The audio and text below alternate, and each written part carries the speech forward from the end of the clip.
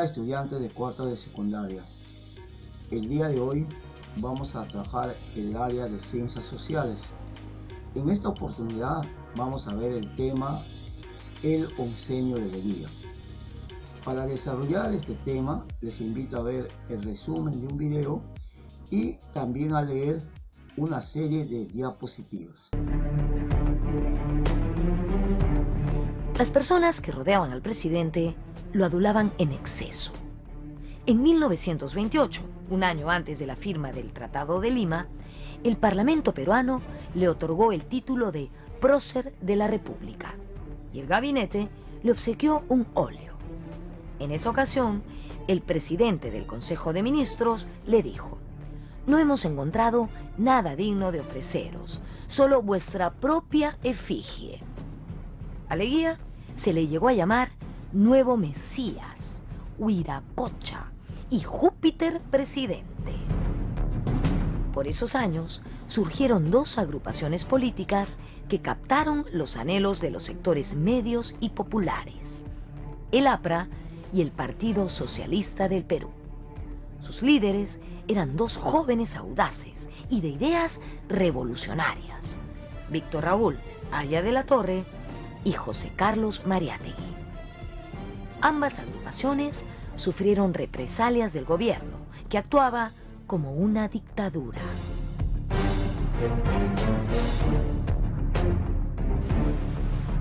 El caso de Mariátegui fue muy particular.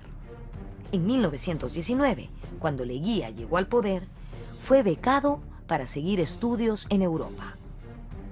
En el viejo continente se contactó con el marxismo y la revolución soviética. De vuelta al Perú en 1923, editó la revista Amauta y marcó distancia con el gobierno de Leguía.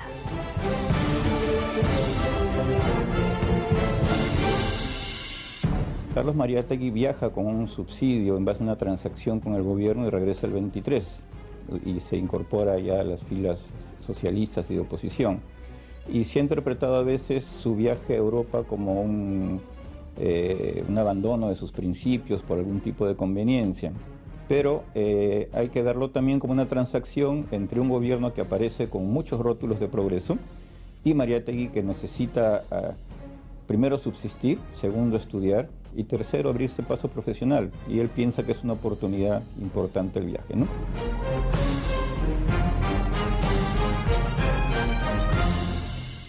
En 1929, luego de volver a modificar la Constitución, Augusto B. Leguía fue reelegido otra vez presidente.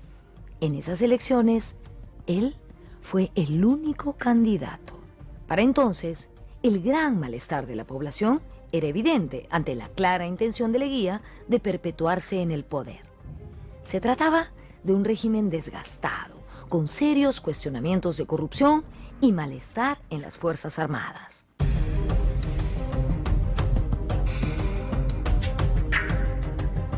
La situación se había vuelto ingobernable porque él se había reelegido una vez y se reeligió por segunda vez, que fue donde probablemente estuvo su equivocación, su gran equivocación, porque ya la gente estaba cansada de tener un presidente tantos años.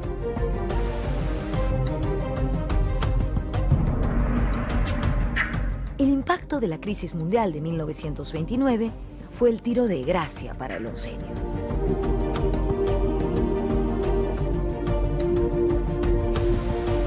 Él bien pudo en el año 1929, cuando terminó su segundo periodo, irse. Pero lamentablemente la ceguera política, la presión de sus incondicionales lo llevó a su nefasta segunda reelección, y que terminó mal, pues en el año 30, ¿no?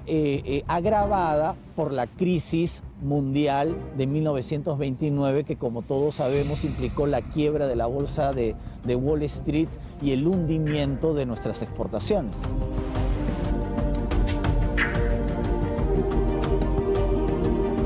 La patria nueva llegaba a su fin. El 22 de agosto de 1930 se sublevó en Arequipa el comandante del ejército, Luis Sánchez Cerro. La población recibió con alegría este levantamiento.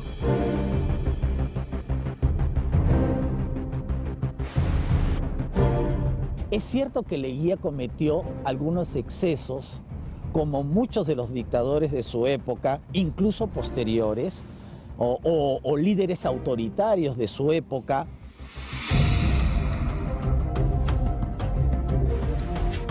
Sin el respaldo de las Fuerzas Armadas, el 25 de agosto de 1930, Leguía renunció a la presidencia y decidió partir al exilio.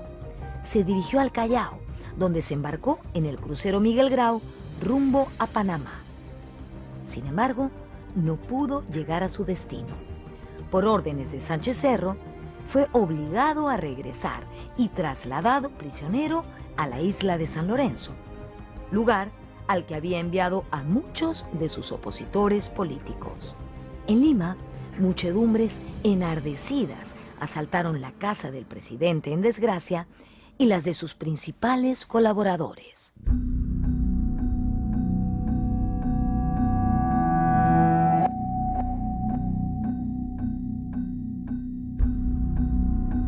Cuando era presidente y todavía gozaba de buenos índices de popularidad, Leguía se venía caminando desde el Palacio de Gobierno hasta su casa, que quedaba en la calle Pando, actual cuadra 7 del Jirón Augusto Vice, que todos conocemos como Jirón Carabaya. Pero el 29 de agosto de 1930, cuando ya había caído en desgracia, la residencia de Leguía fue asaltada y saqueada por una muchedumbre iracunda que secuestró un ómnibus, a lo que se les conocía como góndolas, y lo usó como ariete para romper las rejas y el portón y así ingresar en la casa. Durante ese ataque, uno de sus guardaespaldas murió acribillado.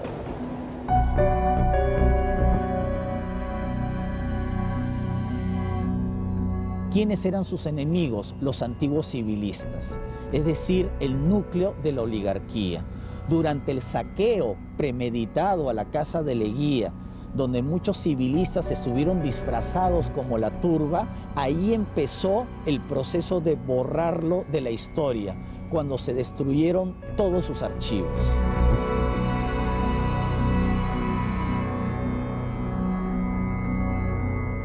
Los asaltantes se llevaron todo lo que pudieron. Los objetos grandes, que no podían ser trasladados con facilidad, fueron destruidos allí mismo. Varios documentos del escritorio de Leguía también fueron robados por algunos manifestantes de cuello y corbata, como se dice. Al final llegó la caballería y pudo defender la casa, pero esta ya había quedado devastada.